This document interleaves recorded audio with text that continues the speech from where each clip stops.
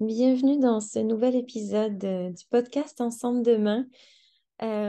J'ai beaucoup de plaisir à enregistrer, à créer les épisodes, à explorer des thématiques. Alors j'espère que pour vous, c'est aussi nourrissant que ça l'est pour moi. Et dans cet épisode, euh, j'ai senti une résistance et un syndrome de l'imposteur d'aller aborder une thématique aussi grosse que celle de l'économie et de la croissance. Et puis, quelque chose s'est produit, puis m'a fait dire, porter une voix, même si c'est pas une voix d'expert, ça amène peut-être justement une prise de recul, puis un nouveau regard, puis c'est vraiment l'idée. Alors, j'ai le goût de vous partager euh, ces perspectives-là sur justement ce grand récit qui est celui de l'économie et de la croissance économique et d'aller voir comment est-ce qu'on peut réinventer finalement autre chose. Puis là, c'est vraiment à nouveau d'y aller dans la nuance, puis d'aller dans nos échanges par la suite, aller explorer plus en profondeur, aller peut-être challenger certains éléments qui ont pu être partagés ou qui pourraient être développés. Donc, c'est juste un petit morceau en fait de perspective. Donc, prenons-le comme c'est. Alors, déjà pour commencer, ben, il y avait vraiment beaucoup ce questionnement de qu'est-ce que c'est l'économie, puis qu'est-ce que c'est la croissance économique. Donc l'économie, si je résume ça grossièrement, selon ma compréhension à moi, c'est vraiment, mettons, une sorte de système qui est organisé pour aller extraire des ressources, produire, allouer des ressources, les consommer, puis ensuite les jeter, les éliminer. Donc aujourd'hui, et depuis l'industrialisation, l'économie et sa croissance euh, sont établies, puis se limitent bien souvent à la notion de produit intérieur brut, donc le PIB. Donc cette quantité de production de ressources, de richesses par les biens et les services. Donc on détermine la richesse, la prospérité, la productivité, la santé d'une économie par ce qu'elle produit.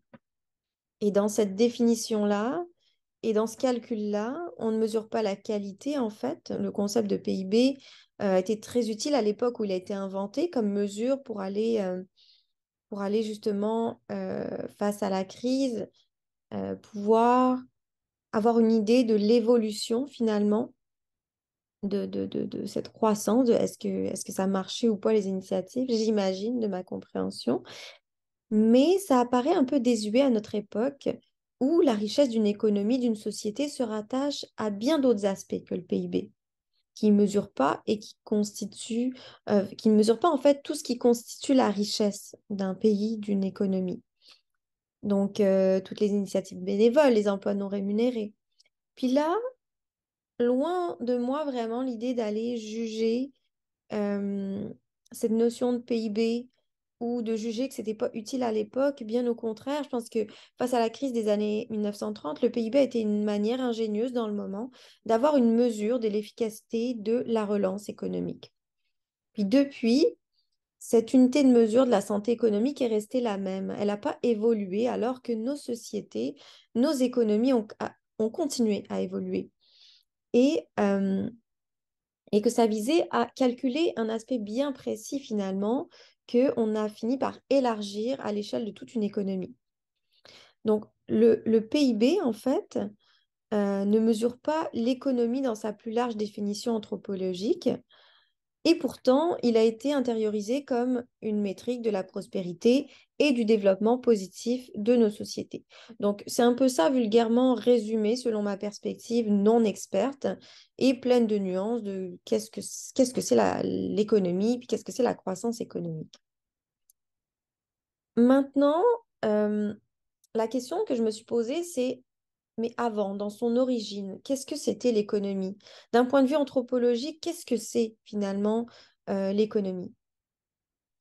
Puis si on prend finalement cette notion d'économie telle qu'elle a été pensée au moment où ce concept a été mis en place, l'économie était là comme une solution pour soutenir le bien-être d'une population, une organisation qui était structurée pour aller répondre aux besoins de la population. Donc l'intention était à la base portée comme une solution vers le bien-être de l'humain, vers l'amélioration de la qualité de vie, la réponse à des besoins. À ce moment-ci, essentiel ou non, il n'y avait pas de catégorisation des besoins. Et, euh, et ce qui m'apparaît, c'est que selon cette définition d'origine de ce qu'est l'économie, je me questionne si le PIB répond vraiment à cette notion vraiment plus large de l'économie. Et est-ce que justement, sous cette définition-là de l'économie, est-ce qu'on ne devrait pas alors être en mesure d'aller mesurer autre chose, plus qualitatif, la qualité des liens, le sentiment de satisfaction de la population, la santé globale? Et de là sont les limites finalement, peut-être, hein, d'un système économique qui définit la richesse en comptant la moitié des affaires et en oubliant pas mal d'autres choses. Donc vraiment, toute cette culture de l'entraide qui a forgé nos sociétés et puis qui prennent une grande place finalement dans nos économies.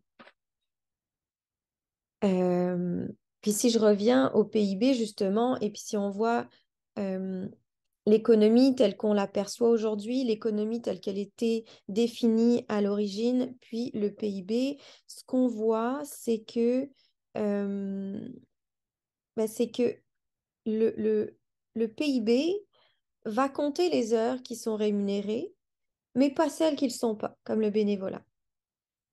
Et pourtant, ça contribue à la santé de notre société.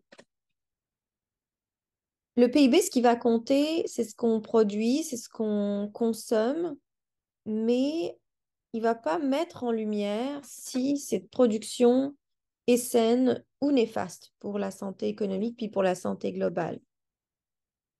Puis finalement, on réalise que ça prend pas en compte le vivant. Qu'est-ce que le vivant produit? Qu'est-ce que le vivant va nous apporter comme valeur? C'est aucunement pris en compte dans cette notion de PIB. Donc là, si on repense à la définition d'origine de l'économie, où on parlait de répondre à des besoins, d'aller améliorer la qualité de vie, d'aller jouer sur le bien-être, est-ce qu'on peut dire qu'aujourd'hui, on est dans une économie qui s'en va dans cette définition-là, qui favorise ces éléments-là? Puis là, je vous laisse y penser. Est-ce que finalement, l'économie, comme elle est aujourd'hui, dans un élan de croissance infinie, est-ce qu'elle répond vraiment à un besoin humain? Et puis si oui, auquel finalement? Puis les besoins matériels de l'humain, est-ce qu'ils sont réellement infinis, comme la croissance infinie semble mettre sur la table, qu'il y a beaucoup d'économistes aussi qui ont mis sur la table dans les dernières années?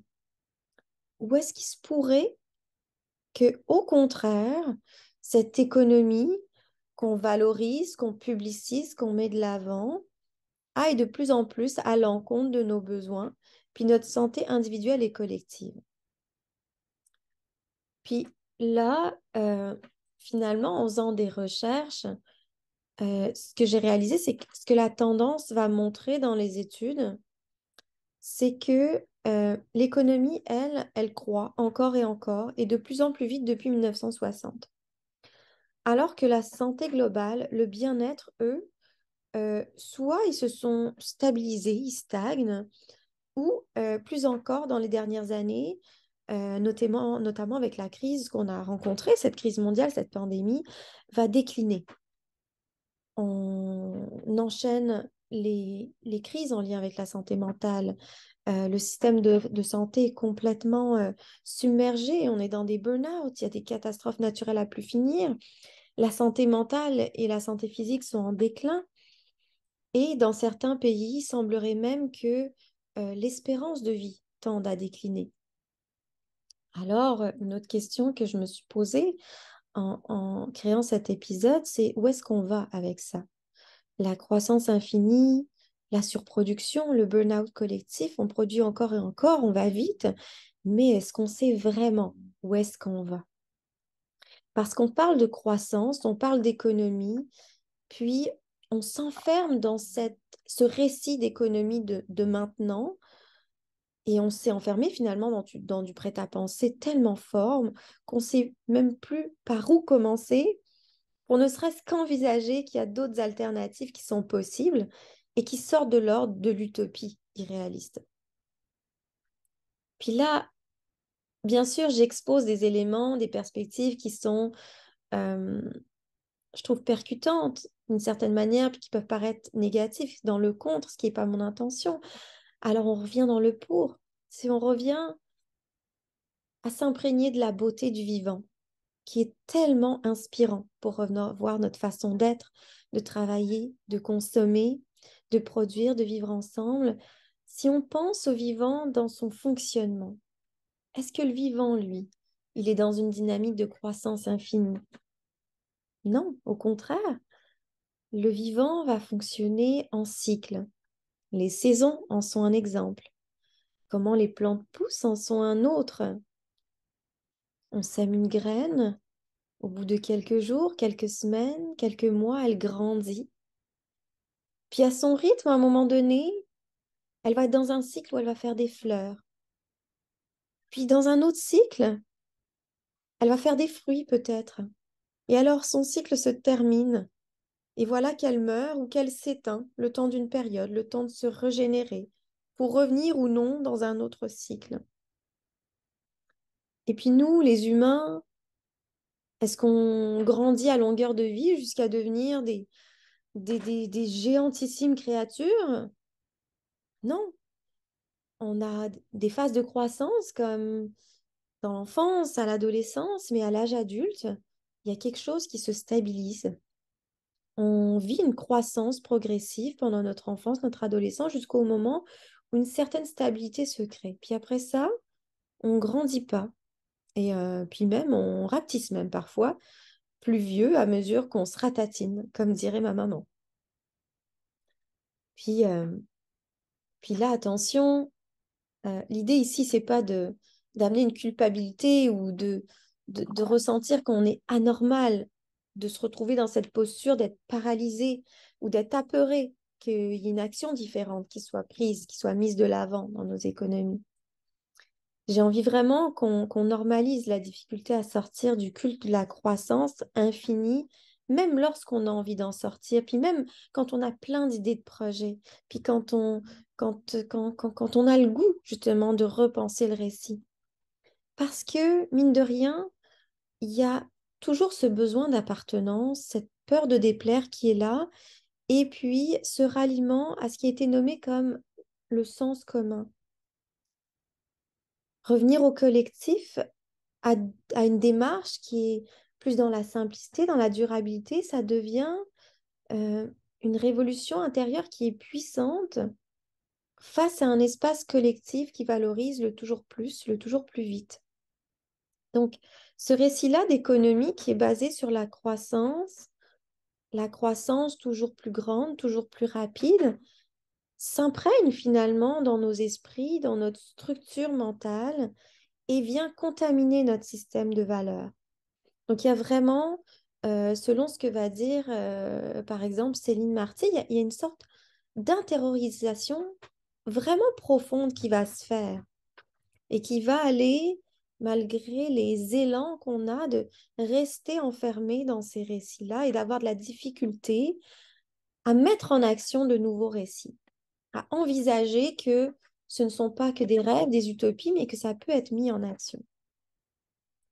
Donc, finalement, c'est tellement intériorisé que ce culte-là de l'économie capitaliste, de la croissance infinie, va transformer notre relation au monde, va s'intérioriser dans notre système.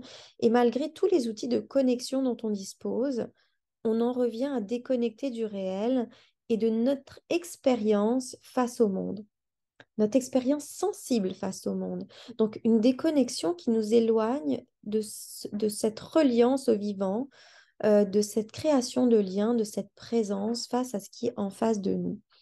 Donc, il y a une peur très ancrée et très normale de ralentir, de stagner, de décroître parce qu'on nous vend, que ça soit dans les films, que ça soit dans les récits, que ça soit dans les discours politiques, on nous vend que la fin de cette croissance-là, que la décélération, que la fin du capitalisme, finalement, est comme une fin du monde. Puis là, ça amène vraiment beaucoup de questionnements. C'est que, est-ce que la richesse est vraiment ce qu'on pense? Est-ce que la richesse est uniquement dans l'argent, dans les possessions, ou est-ce qu'elle est ailleurs? Puis ce sujet-là, je l'ai effleuré dans ma réflexion, dans mes recherches, mais c'est vraiment un sujet qui est beaucoup plus large et qui va faire l'objet, je pense, à un épisode bien à part qui va être dédié à justement ce rapport qu'on entretient avec l'argent, avec la notion de richesse.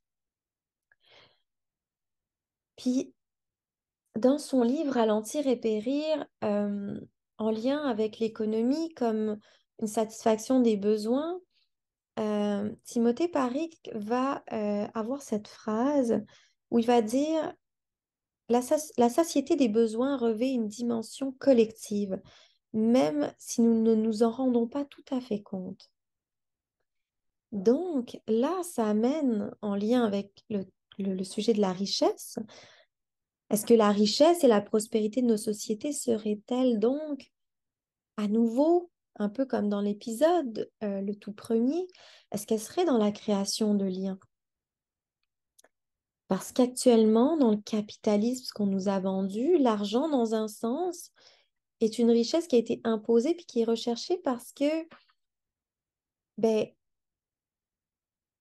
tout comme le lien permet d'un peu de trouver sa place, ben, la richesse monétaire va nous permettre en ce moment, dans le système qui a été créé, de nous positionner dans le monde, de prendre notre place dans l'échelle sociale, de nous positionner dans un espace de croissance infinie et par le fait même d'obtenir un pouvoir de décision, de parole et d'action. Donc en ce moment, ce pouvoir d'achat donne cette capacité de décider, ce pouvoir de décider, ce pouvoir de faire des choix, puis d'être inclus dans cette démarche de construction sociale, économique. Est-ce qu'on peut alors retrouver une façon de vivre nos sociétés euh, dans cette perspective de richesse-là où on va cesser de creuser le fossé entre les riches, entre guillemets, et les pauvres, entre guillemets? Et si le pouvoir d'agir ne dépendait pas de nos ressources matérielles, de notre position sociale, mais qu'on se retrouvait réellement face les uns aux autres égaux, face à cette capacité-là de porter une voix, de contribuer individuellement et collectivement à notre vie et à celle des autres. Puis souvent, on va dire que les sociétés en voie de développement, les pays en voie de développement, on parle de pays en voie de développement parce que l'indice de PIB est bas, parce que il semblerait que il n'y ait pas assez de richesse. Mais sur quoi on se base à nouveau? Sur la richesse monétaire du pays, sur son indice de PIB, mais est-ce que ces sociétés-là sont pas riches d'une autre façon? Puis là, il y avait on en parle beaucoup de l'exemple du Bhoutan, qui est un royaume au sein duquel il y a un autre indice qui a été créé plutôt que le produit intérieur brut, et on parle de bonheur intérieur brut. Donc, il y a beaucoup d'autres éléments que la production de ressources, puis la richesse matérielle qui est mise de l'avant. Puis aujourd'hui, on voit que peu importe la richesse qu'on essaie de créer au travers de cette économie de la croissance infinie, euh, ben, cette croissance-là, cette économie-là devient une charge sur le vivant, sur l'environnement. Et si on revient justement dans la définition originelle de l'économie, et pour aller ensemble y répondre, comment est-ce qu'on peut allier économie et écologie pour imaginer un récit différent de l'économie? Puis est-ce que c'est vraiment réaliste de continuer cette course qui est complètement dystopique à la croissance infinie, alors même que, comme beaucoup d'économistes se sont posé la question, alors même qu'il est évident que les ressources de notre planète sont finies, c'est un fait, on n'a plus rien à prouver. autour de ça. Donc, il y a deux choix. C'est soit on les finit jusqu'à temps que quelque chose se passe en dehors de notre volonté, ou bien on essaie de repenser quelque chose. Puis oser ralentir un instant, puis réenvisager cette économie de la croissance infinie permettrait peut-être finalement de prendre un recul sur ce qui est réellement important pour nos demain, puis ce qui constitue réellement une innovation bénéfique pour nos sociétés, puis tout le vivant. Donc on parle beaucoup de décélérer, de décroître. Puis ça fait peur en fait de penser qu'on va passer du point 100 au point 0, mais l'idée c'est de mettre de la nuance là-dedans puis d'aller voir l'économie de la décélération puis de la décroissance, pas comme une finitude, mais plutôt comme une stratégie qui viserait à créer une transition, à créer un espace de recul pour se donner l'espace d'ouvrir le regard, d'explorer, de s'adapter, d'explorer vraiment en profondeur d'autres possibilités qui iraient finalement peut-être trouver une solution plus durable, une solution qui irait à la racine même de ce dont nos écosystèmes ont besoin. Donc, la décroissance ou la décélération en continu, non, mais plutôt s'en servir comme moment de reset pour trouver une façon de croître de manière durable, pour faire grandir des projets qui soutiennent de nouveau le bien-être collectif, le vivant, et puis l'économie dans sa définition d'aller améliorer la qualité de notre vie, de notre vivant. Puis, on pourrait prendre soin justement à ce moment-là de la qualité, en laissant un instant de côté la quantité et d'aller voir comment est-ce qu'on peut aller euh, toucher du doigt la qualité, mesurer la qualité des liens, le prendre soin que ça amène, le bien-être que ça amène, et puis finalement le pourquoi l'économie a été créée à l'origine. Alors, est-ce qu'on peut accepter d'admettre qu'il est possible de faire autrement, qu'il est possible de transformer le récit? Puis, est-ce que ça commencerait pas par une prise de conscience et une prise de confiance qu'une transformation est possible, que de s'éloigner du capitalisme ne veut pas dire la fin du monde, puis qu'on peut le faire un pas à la fois, mais et puis que ça veut juste dire en fait de s'ouvrir vers un autre monde et peut-être encore plus de vie. Puis les économistes écologiques ont un point de vue euh, sur l'économie de demain qui se distingue par une prise en compte plus approfondie justement des enjeux environnementaux, de la durabilité, puis qui considèrent que les modèles économiques actuels vont mettre l'accent sur la croissance infinie, sur l'exploitation des ressources, mais qui ne sont pas viables à long terme. Donc, dans une économie plus écologique, on va parler de durabilité environnementale. On va insister sur l'importance de mettre en place des pratiques économiques et politiques qui préservent les ressources plutôt que de les extraire à l'infini. Donc, de réduire la consommation excessive plutôt que de consommer, mais de penser à la réduction de la consommation, euh, de promouvoir autre chose aussi, le recyclage, la réutilisation, de favoriser les sources d'énergie renouvelables, euh, d'aller dans une économie circulaire euh, qui vise justement non pas à produire plus de déchets et de façon de gérer les déchets, mais à minimiser les déchets. Donc de ne pas avoir à créer d'autres problèmes et d'autres solutions qui vont créer, en fait, qui vont agir comme un effet domino néfaste. Puis, il y a certains écologistes qui vont aborder cette notion-là.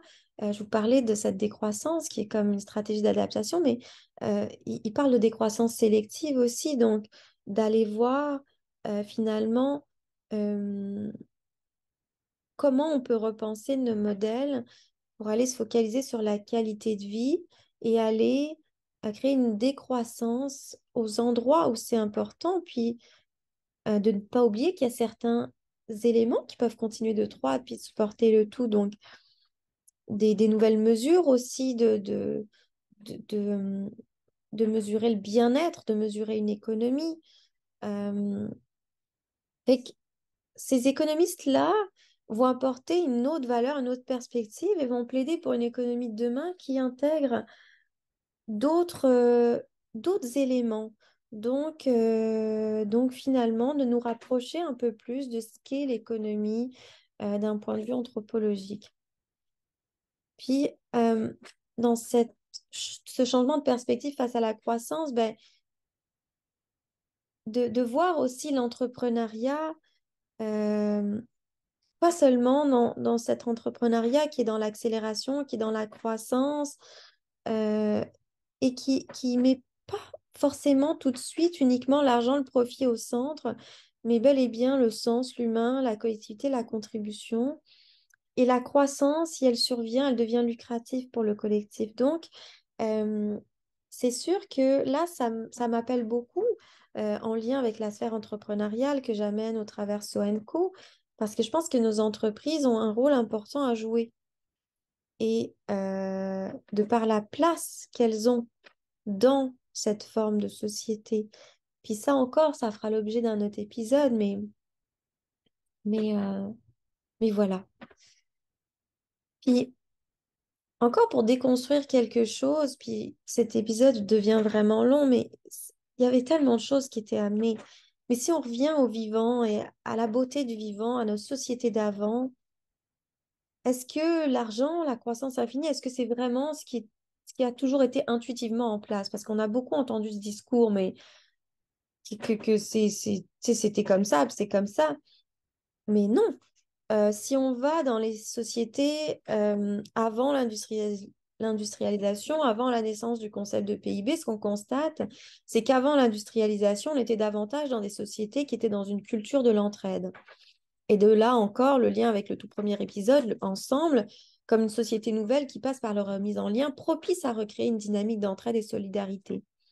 Donc, avant l'industrialisation, il y avait beaucoup de sociétés qui fonctionnaient selon des modèles communautaires où l'entraide et la solidarité jouaient un rôle central.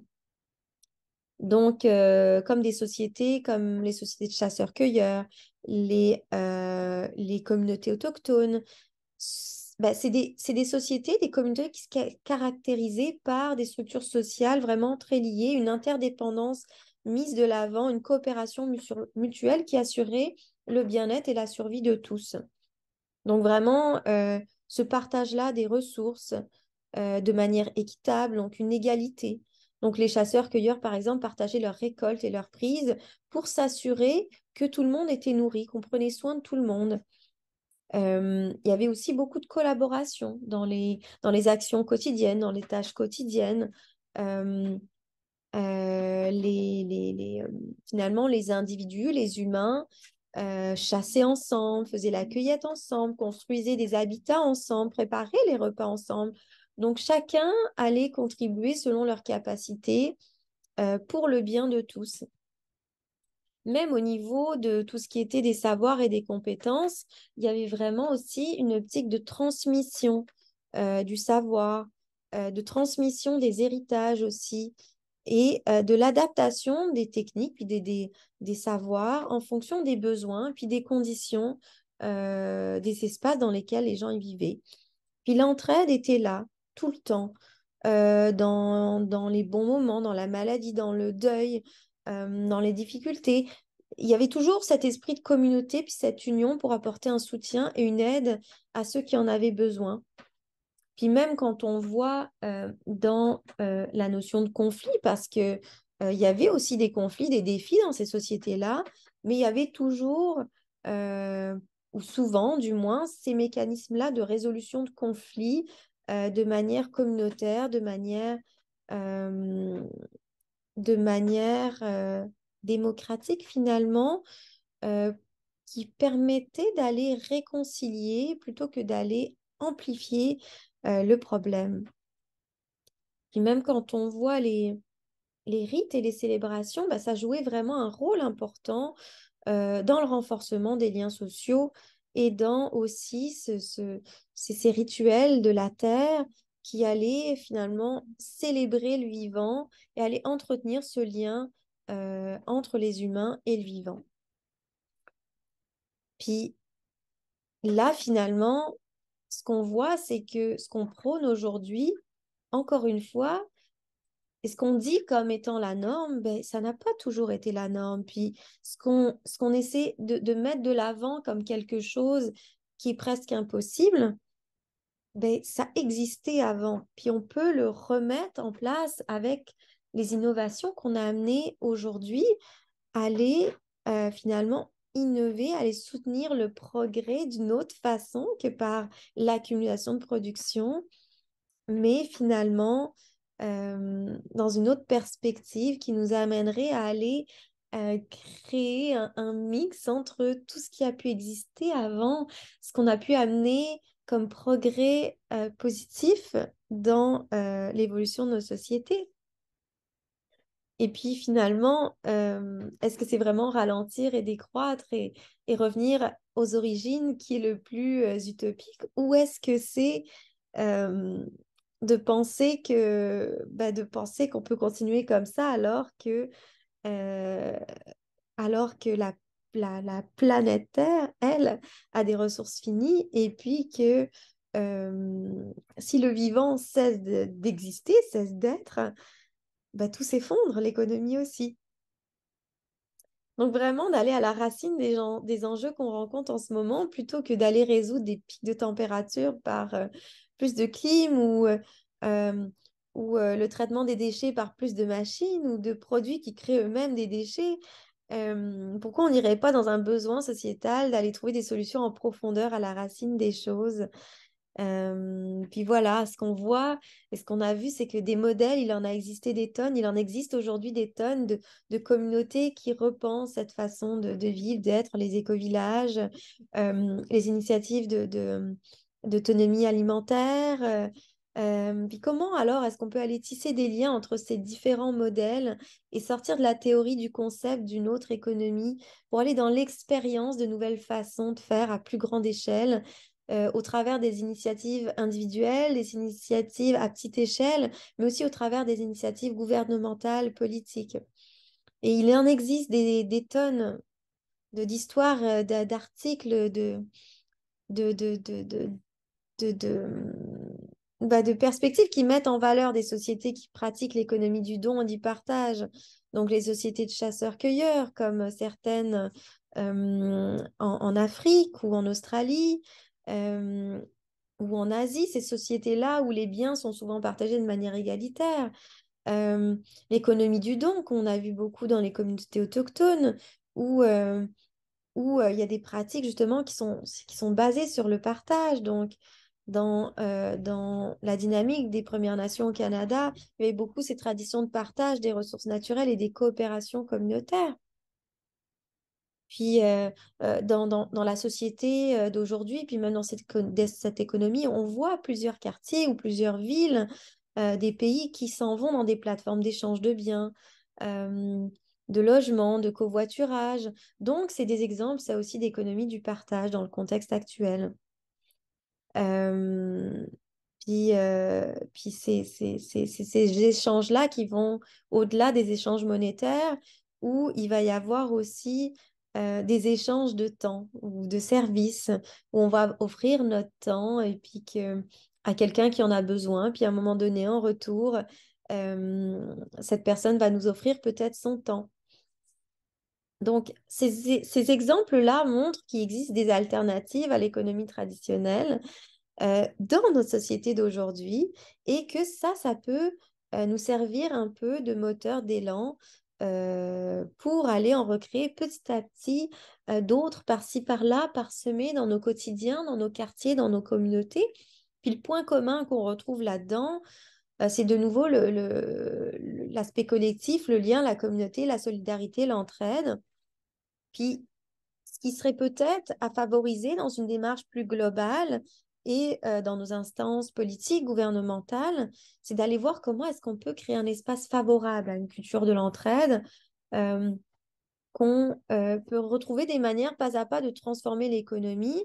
Ça se fait pas en un jour, mais on n'est pas à la première grande transition humaine. Donc, comment est-ce qu'on peut ramener un climat de sécurité, de se lancer là-dedans? Puis, il y a le projet Ralentir qui est mis en place actuellement et duquel je fais partie, auquel je contribue, c'est une initiative de la SPQ qui vise à créer un comité de réflexion pour aller réévaluer le rythme sociétal qui est imposé en allant regrouper des professionnels de tous horizons, mais aussi des citoyens. Donc, vraiment un projet euh, qui va aller porter justement notre regard sur peut-être une économie, un fonctionnement différent, en étant dans ce collectif-là, donc dans une initiative collective, dans une démarche de coopération pour un projet positif pour le bien commun. Donc ça, c'est un exemple à une échelle plus grande de qu'est-ce que ça pourrait être. Donc on fait quoi? On fait comment? Revoir l'économie à l'échelle d'une société, c'est un défi complexe, mais ça peut commencer par plusieurs actions. Donc, changer d'abord le paradigme, hein. Donc, la première étape, on sait que c'est d'aller mettre de l'avant cette prise de conscience, de reconnaître que nos ressources sont limitées. Donc, on a tous conscience que le concept d'économie avec la croissance infinie est complètement absurde. Puis déjà, en 1942, il y avait Denis Meadows qui lui est un chercheur, un scientifique, un professeur américain, qui est reconnu dans la rédaction du rapport Les limites de la croissance qu'il a publié en 72 euh, avec le Club de Rome et justement qui a amené cette réflexion-là avec d'autres scientifiques euh, d'aller amener des prises de conscience des défis mondiaux qu'on a de croissance démographique, de l'épuisement des ressources, de la pollution. Et ça fait partie de ce qui a été mis en place justement pour aller voir les limites de la croissance, puis ramener des prises de conscience. Puis, une autre façon, je parlais de créer un espace sécuritaire, d'aller ramener la culture de l'entraide, mais c'est d'aller justement promouvoir la collaboration, puis la participation citoyenne dans ces initiatives, comme on peut le voir dans le projet Ralentir. Donc, d'aller dans une économie qui est plus inclusive, qui est plus durable et qui nécessite la participation active et l'engagement des personnes. Donc, de voir comment on peut créer une démocratie participative, de réfléchir à ce qui serait créateur de liens à l'échelle de nos quartiers, de nos villes, de nos pays, de comment créer un climat de confiance et de comment créer des moments qui peuvent nous mettre en lien. Une autre façon, justement, une autre étape qui peut être amenée, c'est de repenser les indicateurs de progrès. Donc, on a parlé du PIB qui est désuet, mais on voit que dans les pays scandinaves, comme la Suède, la Norvège, le Danemark, la Finlande, ben, il y a une approche innovante en matière de développement durable, en évaluation du progrès économique, puis il y a des efforts pour aller repenser les indicateurs. Donc, en incluant des dimensions sociales, environnementales, des dimensions de bien-être dans leurs mesures. Donc, comme exemple, bah, il y a celui d'utilisation d'un indice de développement humain dans certains pays scandinaves. Et et il y a plein d'initiatives en fait dont on peut s'inspirer dans ces pays-là qui sont intéressantes justement. Euh, Même au niveau de l'économie circulaire, des énergies renouvelables, du transport actif, des infrastructures qui sont mises en place. Et puis là, si on s'en va, si on revient au Bhoutan, officiellement appelé le Royaume du Bhoutan, qui est un pays justement qui est situé dans l'Himalaya entre l'Inde et la Chine, ben, le Bhoutan est réputé pour son approche novatrice en matière de développement et de bien-être, qui est axée sur le bonheur intérieur brut, le bonheur national brut, et puis, justement, ce concept-là qui prend en compte le bien-être des citoyens, la préservation du vivant, la culture, la transmission de valeurs spirituelles. Et ça vient finalement amener ces dimensions-là dans l'économie. Euh, et il y a ce côté-là aussi dans le Bhoutan d'aller accorder une importance à la préservation de l'environnement. Donc, plus de 70% du territoire du Bhoutan est couvert de forêts. Et le pays s'est engagé justement euh, à des initiatives euh, de carbone neutre, de préservation de la biodiversité, de l'utilisation de ressources naturelles de manière durable. C'est aussi un pays de tradition avec un processus démocratique aussi qui est intéressant. Donc ce pays-là fait face à des défis en matière de développement, notamment en termes d'infrastructure ou d'accès aux services de santé, mais il y a des éléments intéressants à aller chercher là-dedans. Donc, qu'est-ce qu'on peut faire? Par quoi on commence? Il y a aussi dans le choix qu'on fait, dans où est-ce qu'on investit, qu'est-ce qu'on publicise. Donc, orienter les investissements vers des secteurs qui sont plus durables, euh, vers une agriculture qui est régénératrice, vers des technologies qui sont respectueuses de l'environnement. Puis de se questionner, qu'est-ce qu'on veut promouvoir dans nos publicités qui sont placardées un peu partout, dans cette logique de surinformation puis de surconsommation. Est-ce qu'on veut mettre de l'avant des burgers de chez McDo, le sac dernier cri, ou alors une initiative d'une communauté qui intègre le transport actif de sa ville? Donc la publicité, le domaine des communications, ça c'est quelque chose qu'on peut aller euh, penser à transformer parce que ça joue un grand rôle dans le véhiculement, ou je sais plus là comment on dit ça, mais d'une norme. Ça amène une incitation à faire, à consommer, à être. Donc, qu'est-ce qu'on voudrait diffuser désormais pour consommer autrement? Puis là, si on revient à la sphère entrepreneuriale, les entreprises dans la place qu'elles ont dans la société actuelle, dans l'économie actuelle, ont un rôle essentiel dans la transition vers une économie plus durable, que ça soit dans la présidence de ces entreprises, mais aussi en termes d'intrapreneuriat. Comment est-ce qu'on peut créer ces entreprises d'une autre manière? Comment est-ce qu'on peut adopter des pratiques responsables? Comment est-ce qu'on peut valoriser le bien-être, la santé au travers de ces entreprises-là, les valeurs, euh, notre héritage aussi? Comment est-ce que c'est possible de changer le paradigme autour de l'entrepreneuriat puis du travail en général? On peut transformer la relation qu'on entretient avec le concept de travail. Euh, des entreprises qui se fondent selon un paradigme de la contribution, des valeurs, de la profondeur dans les actions qu'elles posent. Euh, donc, d'aller donner de l'espace, donner une voix aux entreprises à vocation sociale, aux coopératives, aux organismes à but non lucratif. Donc, qu'on change l'objectif de chiffre d'affaires pour aller vers un objectif plus humain, plus durable. Qu'on arrête de penser qu'une entreprise va être pérenne parce qu'elle croît d'année en année, mais qu'il y a peut-être autre chose à mesurer que l'argent qu'elle va générer.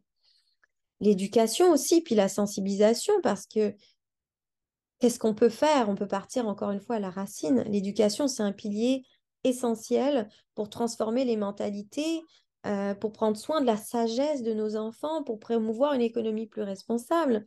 Donc, d'aller sensibiliser nos petits êtres aux enjeux environnementaux et sociaux, de les encourager à aller dans cette culture de l'entraide, de la durabilité dès le jeune âge.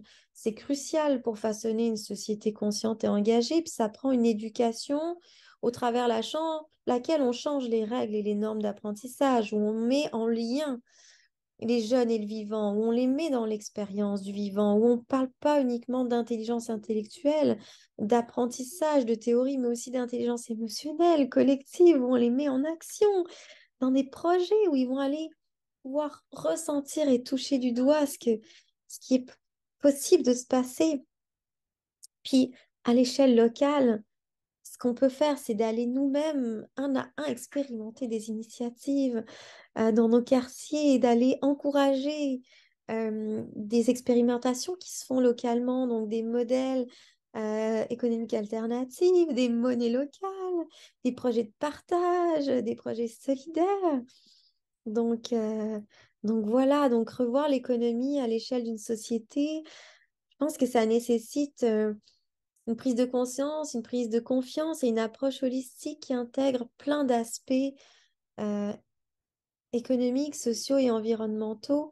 Puis ça exige à la fois une volonté individuelle, politique, puis une mobilisation collective pour aller transformer les structures économiques et culturelles existantes en vue de créer une société plus durable, plus équitable et plus résiliente. Alors voilà, c'est un long épisode sur l'économie, sur cette perspective. J'espère que ça aura allumé des lumières, que ça vous aura donné des élans, des idées. Puis si vous avez aimé l'épisode, n'hésitez pas à le partager. N'hésitez pas à en partager des parcelles, des moments où vous avez aimé, des phrases qui vous ont inspiré. Merci d'être là, merci de m'écouter. Puis je vous dis à bientôt pour un autre épisode.